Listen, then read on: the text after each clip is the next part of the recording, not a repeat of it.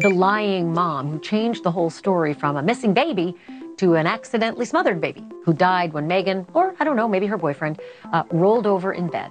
But what are the tells? What gives us away when we think we're being convincing? Scott Rouse is an expert in forensic human behavior. He trains alongside the FBI, Secret Service, and U.S. military in advanced interrogation techniques. And he's one of my dear pals on this show because I'm always fascinated by your take when you see the tape. So I want to start, Scott, if I can, with the real Megan Boswell. This was her interviewing with CPS when she had the whole ruse going about, you know, my baby is missing. So let's have a look and we'll talk about it. Okay. Can you put it on camera or something? When is the last time you've seen her? I guess more than a couple weeks ago. It was around January. So what do you think about the entire situation? Well, I mean, I don't know what's going on. I want to know what's going on. I mean, like, I'm kind of panicking on the inside. You know, I mean, I don't know what to do. There's not really much I can do. Scott, I don't know if she knows she's on camera. It kind of seems like she knows that she's on camera. And I know it's hard to get a real read on her face. I just said, you know, they get the Oscar for the worst camera positions in that office. But what can you make of that tape? She knows she's on video. And what's happening there is she's got what's called inner dialogue going on up here. When you lie, because she's in the middle of 2 or 3 lies at the same time, she's juggling. When you tell 2 or 3 lies, we tell one lie. The first thing you've got to do before you tell that lie is you have to deconflict it. So you think about that lie, make sure you can back everything up, and then you let it go.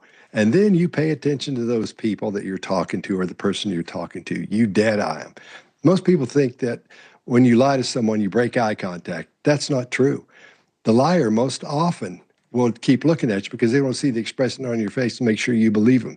Now, she's looking up at the camera because she's aware that this is being videoed and she's got to keep her look together like she's relaxed and everything else, which is a big problem for her because we're, like I always tell you, we're looking for the things that are missing in here, not just specific things that we'll find on her face, but the things that aren't on her face and aren't on her forehead that should be there. She's too relaxed. We don't see the grief muscle up there. We don't see any tension in her. Her voice is lilting. Everything seems like she's relaxed. She says she's panicking, but we don't see panic, not even a little bit of panic in her. And so and the reason being is because she's up in her head thinking about all this story she's telling and getting ready to, she's tried to deconflict. When they ask her questions, she's got to lie again. So it becomes this big ball of telling a story and making sure everything's perfect. And she's 18, so she doesn't have a whole lot of experience doing these things. She's not a pro at it, so to speak. Okay, then she gave this TV interview where she tried to rope all the rest of us in, Chris Watts style. My baby's missing, help me find her. But I want you and the rest of the audience to listen for what I sort of heard as tics. At the end of a lot of her sentences, she goes, you know, and I'm not sure what to make of it, so let's play it, and then I'm going to ask you about it. Take a look. Okay. She's really sweet. She loves to give people kisses. Well, she loves to take baths. Yeah, my grandma's very supportive. She always is. It was a good day. She had a little pink bow in her hair and a little Puma tracksuit on. It was hot pink. Yeah, they didn't know I had court today. She's just a very sweet baby. She's got, you know, the little dimples on her face. Her favorite food is sweet potatoes. She's allergic to carrots. Okay, I just wasn't sure what to make of it. I think the layperson will say, she's guilty. What do you see in that 18-year-old? Okay, well, I watched the videos you all sent me, and I watched that entire interrogation. I watched some other interviews with her where she's talking just normally. The little tick isn't in her baseline. So this is something specifically for the person she's talking to and the camera.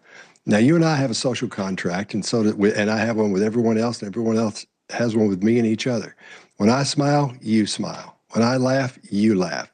So what she's doing is trying to get this person that's interviewing her to laugh and go, oh yeah, like they understand what she's saying and that everything's okay.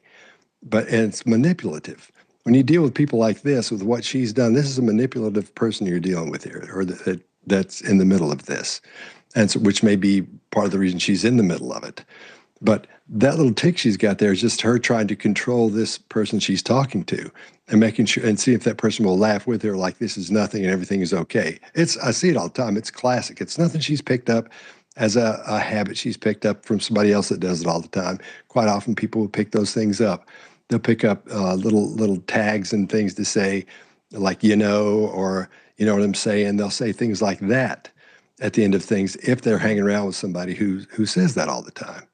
And if for people with teenagers, that's very common. But that's not something she's picked up. So fascinating. She's using it for manipulation. I tried to hear, I was trying to hear if she had a tic, like if it happened in anything. And I didn't hear it in any of her other interviews or any other interrogations. So this is just for this interview. Fascinating. Okay, the last tape here I want to show you. This is her with the police where she finally comes clean-ish and says, I guess we rolled over on the baby, one of us or two of us. And this is a 15-month-old baby. This is not a newborn. This is a big toddler. But we rolled over, and that's how she must have died. And then I watched as my boyfriend drove off with her. So here's her with the police. Let's talk about it on the other side. Did he drive away with her? Was she placed in the trunk? I don't know for sure. You didn't look out the window? No, I didn't want to. Who did you call? Nobody. I was scared to call anybody. That was so stupid. I never heard me call, so I wrapped her up in a blanket. So she was the whole body was wrapped up. Except for her face. You know how you swaddle a Her face was baby? open. You know how you swaddle a baby? So I wrapped her up. I didn't want her to be cold. What do you make of that, Scott? All right, she's doing what's called insulating, or what my partner Greg Hartley and I look at it as insulating. She's crying so much and she's so emotionally upset, it's hard to get through to her. These interrogators do a wonderful job. They really did do a good job here. One's really close and the other's back some. And usually you use the really close-up part when you're getting them to confess. That may have been what happened up to this point. I actually didn't see the leading up to this. But they did a fantastic job the way they're handling this. And so what she's doing, she's insulating herself so they can't ask her questions or she can't go into many details because she's so upset. What she's really upset about is she's been busted and she knows she's in big trouble. She's caught in the middle of a lie. So that's part of the emotion we're seeing. But the emotion that should be there for her child isn't there because we're not seeing grief. All we're seeing is her being emotionally upset and crying. There's a big difference in someone grieving and someone just crying.